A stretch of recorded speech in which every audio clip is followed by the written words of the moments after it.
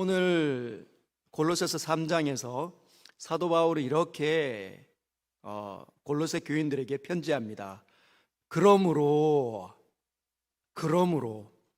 여러분, 그러므로라는 단어를 쓸 때는 앞에 것을 이어서 진행하기 위해서 그러므로라는 단어를 씁니다. 하나님께서는 늘 우리에게 앞에 것을 이어서 또 다른 상황으로 나아가도록 중단하는 것이 아니라 진행하도록, 확장하도록, 열리도록 이끌어 가시는 분이십니다. 하나님께서는 우리가 여기에 멈춰 있지 않고 우리가 알고 있는 이 지식과 하나님의 은혜를 받으면 그 자리에 멈춰 있지 않고 나만 있고 나만 먹고 마시는 게 아니라 이것이 확장되어져서 삶의 영역으로 흘러가도록 그러므로의 하나님이시라는 거죠. 항상 주님은 언제든지 그러므로라고 말씀하십니다. 고린도전서 15장 58절에도 그러므로 내 사랑하는 형제들아 견실하며 흔들리지 말고 항상 주의 일에 더욱 힘쓰는 자들이 되라. 그러므로 이 상황에서 너희는 다음 상황으로 진행해야 한다. 하나님은 늘 우리에게 그러므로라고 말씀하시지만 우리는 어떤 반응을 보입니까? 그러므로가 아니라 그러나 라는 말을 늘 즐겨 사용한다는 거죠. 그러나 라고 우리는 반응합니다. 하나님 그러나 우리는 힘들어요. 하나님 그러나 어려워요. 힘들고 어렵고 그래서 나는 잘 안 돼요. 나는 못할 것 같아요. 우리는 진행을 해야 되는데 자꾸만 멈추려고 하는 경향성을 가지고 있습니다. 우리의 시야가, 우리의 이 마음의 이 경향성은 우리를 자꾸만 주저앉히려고 한다는 거죠. 아직 우리는 우리 자신이 훨씬 더 강합니다. 내 감정과 내가 느끼는 그 느낌과 내 의지와 내 판단이 더 빠른 거죠. 하나님의 말씀이 떨어지면 우리는 그것을 먹고 마셔서 소화를 시켜야 되는데 그것이 그냥 먹은 채로 소화되지 않은 채로 그대로 두려고 할 때가 많습니다. 그때 하나님께서는 그러므로라고 말씀하시는데 우리는 그때라고 말하는 그때는 핑계가 자꾸만 나오기 시작한다는 겁니다. 핑계거리를 찾는다는 거죠. 멈추려고 자꾸만 핑계거리 안에 머물려고 합니다. 그러나 여러분, 이 그러나라는 이 말이 언제 바뀌는가? 언제 그러므로로 바뀌는가? 말씀을 먹고 소화시킬 때 그 말씀을 먹고 소화시키는 게 바로 기도의 자리입니다. 기도의 자리에서 하나님 말씀을 가지고 몸부림치는 것이 소화한다는 것이에요. 하나님의 말씀이 내 안에 역사되어져서 그러므로라고 진행될 수 있도록 하는 것이 기도의 자리입니다. 저와 여러분들이 오늘 이 기도의 새벽의 자리를 만드신 건 정말 잘한 겁니다. 하나님께서 친히 이끌어 주신 줄 믿으시기를 바랍니다. 오늘 3장이 시작하면서 그러므로 너희가 잘 되지 않는 그 일을 그러나라는 것을 언제 멈출 수 있는가? 너희가 그리스도와 함께 다시 살리심을 받았다면 위의 것을 찾아야 한다. 그러므로 너희는 위의 것을 찾아 나가야 한다. 여러분, 위의 것을 찾으라라는 말이 우리가 이렇게 세상이 너무 힘들고 팍팍하고 눈물 많고 어렵고 두려움에 갇힐 때마다 하나님 계시지 하고 위를 항상 쳐다보라는 말이 아닙니다. 여기 보면 위의 것을 찾으라라는 말은 마음을 두다라는 뜻이에요. 위에 마음을 두다. 여기에 찾으라라는 이 단어가 우리 개역 성경에는 찾으라라고 번역이 되어져 있지만 찾다라는 동시에 세팅하다라는 단어도 들어 있습니다. 이 헬라어 원문이 제테오인데 영어로 번역하면 세팅. 여러분, 세팅, 언제 세팅이라는 말을 합니까? 얘들아, 밥 먹을 준비해야 할 때 아이들한테 야, 너 식탁 세팅해 이런 말 하지 않습니까? 식탁을 세팅하는 게 어떤 걸까요? 식탁에 있는 먼지를 다 행주로 닦고 아이들이 한 명은 숟가락, 한 명은 물 이렇게 다 놓습니다. 그리고 엄마가 맛있는 요리를 해오고 밥을 하면 그걸 나르는 거죠. 먹을 수 있도록 세팅을 한다. 식탁을 세팅을 한다는 말은 저녁 식탁을 먹을 준비를 한다는 겁니다. 만약에 이 서영교회 예배당이 예뻐서 누군가가 여기서 결혼하고 싶어서 여기를 빌린다고 합시다. 그러면 어떻게 할까요? 결혼식을 위한 세팅을 하는 거죠. 꽃이 질비하게 놓여지기 시작하고 화환들이 확 이렇게 감싸기 시작합니다. 교회가 갑자기 확 밝아지고 예쁘고 꽃향기로 쫙 있습니다. 왜? 결혼식을 해야 되니까. 결혼식 세팅은 결혼식을 곧 이행한다는 뜻이에요. 저녁 식탁을 세팅한다는 건 곧 식사를 한다는 겁니다.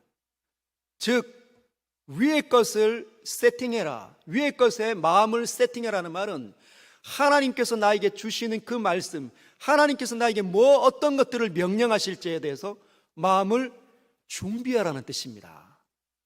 위로부터 내려오는 생각이 어떤 것인지, 그것이 떨어지기만 하면 그것을 이행할 준비를 해라. 그러므로 너희는 그 마음에 위로부터 오는 생각을 준비해라 라는 뜻입니다. 조건이 있죠. 너희가 그리스도와 함께 다시 살리심을 받았으면 아무나 위로부터 오는 생각을 받을 수가 없습니다. 아무나 위로부터 뭔가가 주어진다고 해서 이행하지 못하는 거죠. 누가 할 수 있습니까? 너희가 그리스도와 함께 다시 살리심을 받았다면 그 일이 가능하다는 겁니다. 그게 무슨 말일까요? 너희가 그리스도와 함께 다시 살리심을 받았으면, 왜 다른 것도 아니고 너희가 믿었으면, 너희가 구원을 받았으면이라고 얘기하지 않고 왜 사도 바울은 지금 너희가 그리스도와 함께 다시 살리심을 받았으면이라고 말을 할까요? 여러분, 하나님께서 지금 이 본문에 예수님을 다시 살리셨다 말합니다. 그리고 또 뭘 말하는 거죠? 너희를 다시 살렸다라고 말합니다. 하나님은 아버지께서 그 영원한 아들이 모든 십자가의 형벌을 끝내고 났을 때, 죽음을 감당했을 때 다시 그를 살려내셨습니다. 그리고 그와 함께 우리도 살려냈다는 겁니다. 즉 우리는 이전의 삶은 중단되었다. 다시 살아났다는 말은 이전의 삶은 죽었다는 것을 의미하는 거죠. 지금 예수님을 믿는다는 말은 뭘 의미하는 겁니까? 예수님이 다시 살아나심을, 그 살아나심을 강렬하게 느끼는 사람이 바로 위로부터 오는 것을 받을 준비가 된 사람이라는 겁니다. 그리스도와 함께 살아났다고 그 경험이 강렬한 사람만이 위로부터 말씀이 떨어질 때 그것을 해낼 수 있다는 거예요. 여러분, 지금 예수님의 십자가 사건과 그분의 다시 살아남을 우리가 강렬하게 붙잡고 그것이 나의 삶으로 이어지게 만드는 현장이 뭡니까? 예수님 믿을 때 회심하는 사건. 회심하는 것은 회개와 믿음으로 이루어져 있습니다. 아, 그래, 나는 죄인이었구나. 그래서 하나님이 나를 징계하시면 나는 영원한 저주로, 영원한 지옥으로, 영원한 끝없는 죽음으로 떨어지는 거구나 라고 판단 내리는 겁니다. 그래서 내가 돌이켜야지. 그게 회개입니다. 여기만 있는 게 아니라 믿음도 필요하다는 거죠. 회심은 회개와 믿음으로 이루어져 있습니다. 믿음은 그리스도를 바라보는 겁니다. 그래, 나는 죄인으로, 나는 정말 잘못 살았어. 여기만 끝이 아니라, 그래, 나를 대신해서 죽으신 분이 계시지, 나를 대신해서 일어나신 분이 계시지, 저분을 붙잡으면 나는 살아날 수 있어. 희망적인 행동이, 희망적으로 바라보는 행동이 바로 믿음입니다. 예수를 바라보는 것. 여러분, 그 회심이 일어나고 나면 우리가 하는 게 세례를 받죠. 여러분, 세례를 받는다는 의미가 뭔지 아십니까? 정결하게 한다는 의미도 있지만 죽었다가 살아난다는 뜻입니다. 흐르는 물 속에 세례를 받고자 하는 회심한 사람이 있다면 그 사람을 데리고 흐르는 물로 데려갑니다. 흐르는 물로 데려간다는 의미는 흐르는 물은 살아있는 물로 생명수를 의미하기 때문에 이 사람을 그쪽으로 데려가서 정결하게 씻는 거죠. 그런데 이 사람을 데리고 들어가서 어떻게 합니까? 코를 잡고, 원래는 세례는 이렇게 합니다. 코를 잡고 머리를 받쳐서 그 물속에 이 사람을 확 담굽니다. 그리고 목회자나 또는 사역자가 이렇게 일어나게 하는 거죠. 그러면 물속에 잠겼을 때는 죽음을 상징한다는 겁니다. 나는 죽었다. 다시 일어나서 코를 떼고 푸 하면 나는 이제 다시 새 생명을 입었다. 이게 세례의 의미입니다. 세례 속에 담겨져 있는 의미라는 것이죠. 여러분, 왜 변화가 더딜까요? 왜 우리는 그러나로 진행하지 못하고, 그러므로라고 진행하지 못하고 그러나에서 자꾸 멈추려고 할까요? 핑계거리를 찾고 싶고 못한다는 말을 하나님 앞에 내려놓고 싶을까요? 내 감정에 함몰되려고 할까요? 그 이유 중에 하나가 뭐냐면 다시 살아났다는 이 강렬함이 약하기 때문이에요. 다시 살아난다는 이 강렬함이 약하다는 말은 죽음이, 내가 죽었다는 이 의식이 너무 약하다는 겁니다. 여러분, 그리스도와 함께 십자가에 못 박혔다는 것을 분명하게 깨달으시길 주님의 이름으로 축복합니다. 여러분, 이 죽음이 얼마나 강렬하게 끊임없이 우리에게 쫓아오는지. 많은 사람들은 자꾸만 죽음을 망각하려 든다는 거예요. 죽음을 가벼이 여깁니다. 여기에 지금 우리가 앉아있는 이 자리에 나에게 곧 죽음이 닥치겠지, 정말 나는 살아있는 게 너무 감사해, 이렇게 생각하는 사람은 잘 없습니다. 오늘도 힘들구나, 오늘도 어렵구나. 사람들은 그렇게 쉽게 지치고 그렇게 쉽게 좌절을 빨리 하지만 내가 죽을 수 있다가 지금 살아있는 것이 얼마나 기쁜지를 깨닫는다면 과연 그렇게 절망할까요? 살아있는 것이 너무 감격스러워. 그래, 오늘도 나는 힘이 있구나, 살아갈 수 있는 힘이 있구나, 오늘도 버텨보자, 이럴 수 있는데 살아있다는 이 강렬함이 약하다는 거죠. 왜? 죽음을 인식하지 못하기 때문에. 서울에서 사역할 때였습니다. 40 중반을 달리는 한 여성이 암에 걸렸다는 소식을 들었습니다. 사실은 우리 교인이 아니었는데, 제가 섬기는 교회의 교인이 아닌데 한 권사님을 통해서 알게 돼서 끊임없이 그 권사님이 저를 데리고 신방을 가자는 거예요. 우리 교회의 교인이 아닌데. 그래서 찾아갔습니다. 가보니 너무 딱한 겁니다. 40대 중반이니까 자녀들이 중학생, 고등학생 정도 나이를 달리고 있는 거예요. 그 중학생, 고등학생을 둔 그 40대 여성이 암에 걸렸는데 그 암이 지독한 암이라는 겁니다. 산부인과 중에서도 소세포암으로서 잘 사라지지 않는다는 거죠. 큰 세포로 이루어진 그 암덩이는 잘 보이니까 눈에도 잘 떼서 제거도 쉬운데, 소세포암은 점처럼 되어져 있어서 점과 같아서 이게 잘 없어지지 않는다는 겁니다. 방사능해도. 그래서 지독한 암, 사악한 암으로 평가를 내리더라고요. 그 40대 중반의 여성을 둔 치료하는 의사가 그렇게 소견을 내었습니다. 근데 같이 함께 기도한 거죠. 하나님, 은혜를 주십시오. 죽을 병이 아니라면 하나님께서 하나님을 만난 기회가 되게 해주십시오.